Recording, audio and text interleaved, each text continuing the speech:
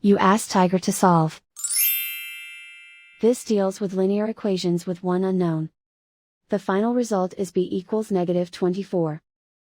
Let's solve it step by step. Group all b terms on the left side of the equation. Subtract b from both sides. Simplify the arithmetic. Group like terms. Simplify the arithmetic. Isolate the b. Divide both sides by -4. Cancel out the negatives.